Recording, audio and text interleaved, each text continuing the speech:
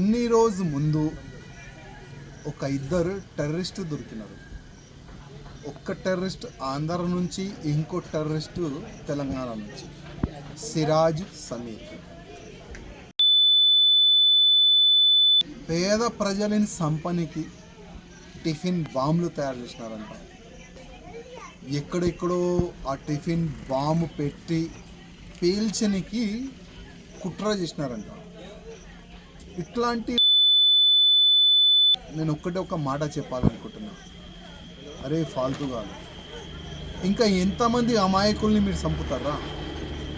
గతంలో కూడా లుంబిని పార్క్ కానీ, గోకుల్ చాట్ బండార్ కానీ, అదేవిధంగా మన సాయిబాబా గుడి కాడ కానీ ఎవరిని చంపినారా మీరు? పేద ప్రజలు రావాలి. బస్ స్టాప్ కాడ నిలబడే ఎవరు నిలబడతారా? బస్ స్టాప్ కాడ ఎవరి దగ్గర బైక్ లేదు, 4 వీలర్ లేదు, పేద ప్రజలు రావాలి. చనిపోయినారా? లుంబిని పార్క్లో ఫ్యామిలీ సహా ఆ షో చూడడానికి వస్తే వాళ్ళ మధ్యలో కూడా బాంబు పెట్టి వాళ్ళకి చంపేసినారు కదా. ఎవరు రావాలి? పేద ప్రజలు రా.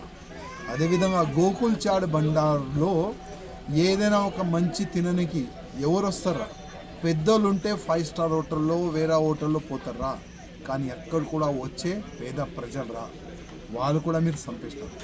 అదేవిధంగా ఇప్పుడు ఇంకా ఒక ఇద్దరు దొంగలు దొరికినారు చాలాగా. ఎవరు వీళ్ళు? సిరాజు, సమీరు. ఏ మతంకి చెందిన వాళ్ళు ఉన్నారు ఈ కుక్కలు? ఇవాళ తెలంగాణ, ఆంధ్ర ప్రజలు కూడా చూస్తున్నారు.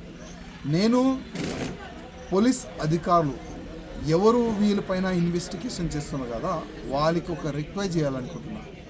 గతంలో కూడా లుంబిని పార్క్ కానీ, గోకుల్ చాట్ బండార్ కానీ, సాయిబాబా బస్ స్టాప్ కాడ బ్లాస్ట్ చేసే ఆ టెర్రరిస్ట్ వెనుక అడ్వకేట్ ఎవరు తెలుసా? ఎంఐఎంకి చెందిన ఒక అడ్వకేట్, ఎంఐఎం పార్టీకి సపోర్టర్ అయిన, తెలుసుకోండి. ఇప్పుడు ఈ కుక్కలు ఇద్దరు అరెస్ట్ అయినారు కదా, ఒక ఆంధ్ర నుంచి, ఒక తెలంగాణ నుంచి, ఇంకా ఎక్కడెక్కడ నుంచి ఎంతమంది అరెస్ట్ అయినారు అది ఏనయ్య వాళ్ళు చెప్పాలి. వాళ్ళు చెప్పరు, ఎందుకంటే చాలా సీక్రెట్గా వాళ్ళు పెట్టుకుంటారు. వీళ్ళు వెనుక కూడా ఇదే ఎంఐఎం వాళ్ళే అడ్వకేట్ పెడతారు. ఫిజికల్గా కానీ, ఫైనాన్షియల్గా కానీ ఇదే ఎంఐఎం వాళ్ళు వాళ్ళకి సపోర్ట్ చేస్తారు.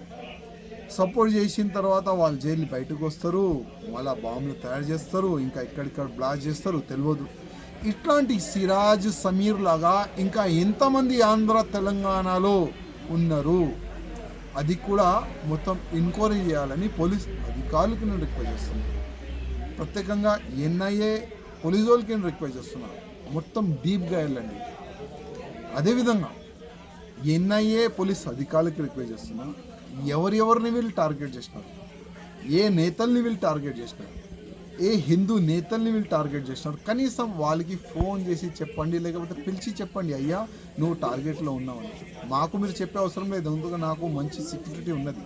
కానీ ఎవరికి సెక్యూరిటీ లేదు, కనీసం వాళ్ళకైనా మీరు ఫోన్ చేసి లేకపోతే పిలిచి చెప్పండి, అయ్యా నువ్వు టార్గెట్లో ఉన్నావని. ఎందుకంటే కర్ణాటకలో హిందూ కార్యకర్తల్ని, నేతల్ని చంపేస్తున్నారు. వేరే వేరే స్టేట్లో కూడా హిందుత్వ గురించి పనిచేసే వాళ్ళు కూడా చంపేస్తున్నారు. కనీసం ఆంధ్రాలో కానీ, తెలంగాణలో కానీ ఇట్లాంటి హెడ్ లిస్ట్లో ఉన్న వాళ్ళు కూడా మీరు కనీసం పిలిచి చెప్పండి. వాళ్ళకి మీరు సెక్యూరిటీ ఇస్తారా లేకపోతే ఏం చేస్తారా అది మీ మర్జీ. కానీ అరే ఐఎస్ఐ యాద పెట్టుకోండి, మా జోలికి వస్తే, మా ఫ్యామిలీ జోలికి వస్తే మళ్ళీ మీ ఫ్యామిలీ కూడా ఉండవురా. ఆ మాట మీరు యాద పెట్టుకోండి.